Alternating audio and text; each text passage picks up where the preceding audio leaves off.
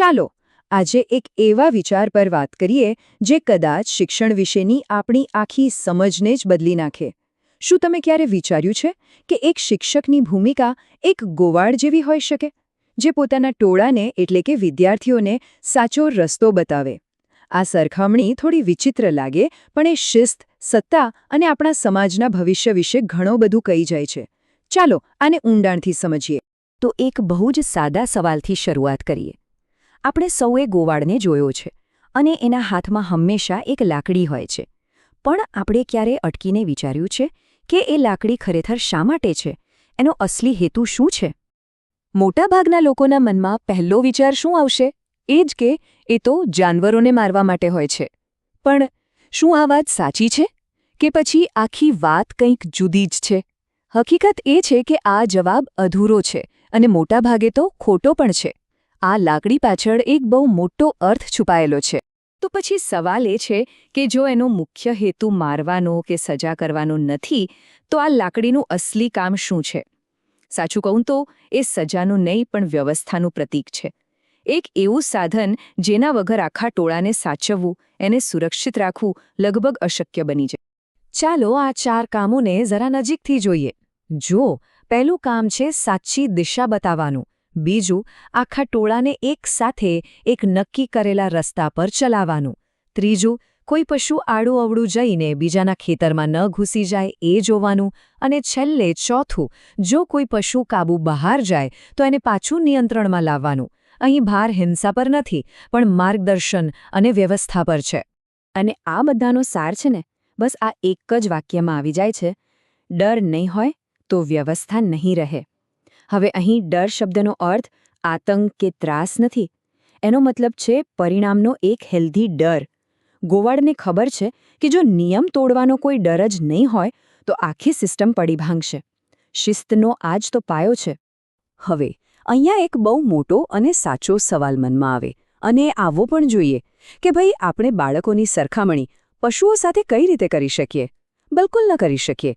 બાળકો વિચારી શકે છે, સમજી શકે છે, અને સૌથી અગત્યનું, એ આપણા દેશનું ભવિષ્ય છે. એમની સાથેનો વ્યવહાર તો અલગ જ હોવો જોઈએ.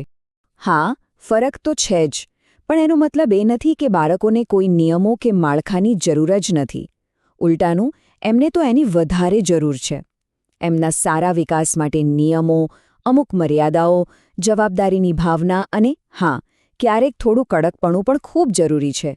આ બધું એમના ભલા માટે, એમના રક્ષણ માટે જ છે. અને અહીંયા કડકપણું શબ્દ સાંભળીને કોઈ ગેરસમજ ના થવી જોઈએ. કડકપણાનો મતલબ મારપીટ કે શારીરિક સજા બિલકુલ નથી.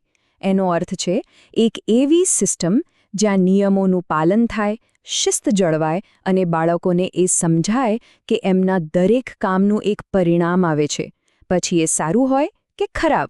સારું, તો આપણે ગોવાળની તો વાત કરી લીધી.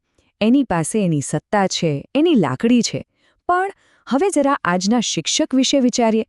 એમની પાસે શું છે? શું એમની પાસે એવી કોઈ લાકડી છે? એમની વાસ્તવિકતા શું છે? ચાલો હવે આપણે આધુનિક ક્લાસરૂમની અંદર નજર કરીએ.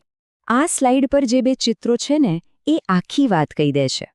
એક બાજુ જુઓ, આત્મવિશ્વાસથી ભરેલો ગોવાળ છે, જેની પાસે દિશા આપવા માટે સત્તા અને સાધન બંને છે. અને બીજી બાજુ મૂંઝવણમાં ઊભેલો શિક્ષક છે, જેમના હાથ જાણે નિયમો અને મર્યાદાઓથી બાંધી દેવામાં આવ્યા છે. તો આજના શિક્ષકની હાલત બહુ અજીબ છે. એ શિસ્ત કઈ રીતે જાળવે? જો એ થોડા કડક શબ્દો વાપરે તો એમની ભણાવવાની રીત પર સવાલ ઉઠે. જો એ કોઈ નિયમનું પાલન કરાવવાનો પ્રયત્ન કરે તો સીધી વાલીઓની ફરિયાદો આવે. તો પછી શિક્ષક કરે તો શું કરે? અને આ જ પરિસ્થિતિ એક બહુ મોટા વિરોધાભાસને જન્મ આપે છે.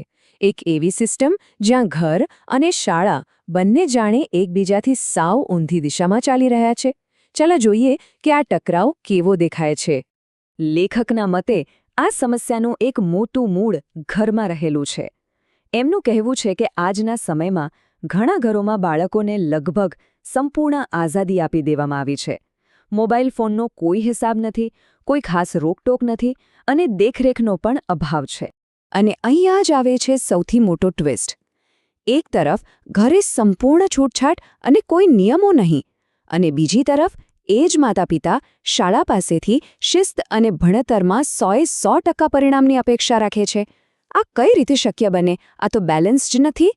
લેખક અહીંયા બહુ સ્પષ્ટ અને કડવી પણ સાચી વાત કહે છે. શિક્ષક કોઈ મફતનો નોકરિયાત નથી. એ કોઈ જાદુગર નથી કે બધી સમસ્યાઓ જાતે જ ઉકેલી લેશે. શિક્ષણ એક પાર્ટનરશિપ છે. એમાં સમાજ, વાલીઓ અને સિસ્ટમ બધાએ પોતપોતાનો ભાગ ભજવવો પડે છે. જ્યારે શિક્ષકની સત્તા અને એનું માન સન્માન ઘટે છે ને, ત્યારે એની અસર ખાલી ક્લાસરૂમ સુધી સીમિત નથી રહેતી. ના, એની બહુ દૂર સુધી અસર થાય છે, જે આપણા સમાજના પાયાને જ ધીમે ધીમે નબળો પાડી દે છે. અને આ જ આખા વિશ્લેષણની સૌથી મોટી ચિંતા છે. એટલે લેખકની જે મુખ્ય વિનંતી છે એ બહુ સિમ્પલ છે. એ કહે છે કે સમાજ શિક્ષકોને બાળકોનું ભવિષ્ય ઘડવાનું કામ તો સોંપે છે, પણ જાણે એમના હાથ બાંધીને. વિનંતી એ છે કે આ બંધન ખોલો, એમને કામ કરવા માટે જરૂરી સત્તા અને સપોર્ટ આપો. તો પછી આનો રસ્તો શું છે? કોઈ બહુ મોટી ફોર્મ્યુલા નથી. લેખકના મતે ઉકેલ બહુ સરળ છે. શિક્ષકોને મુખ્યત્વે 2 જ વસ્તુઓની જ જરૂર છે.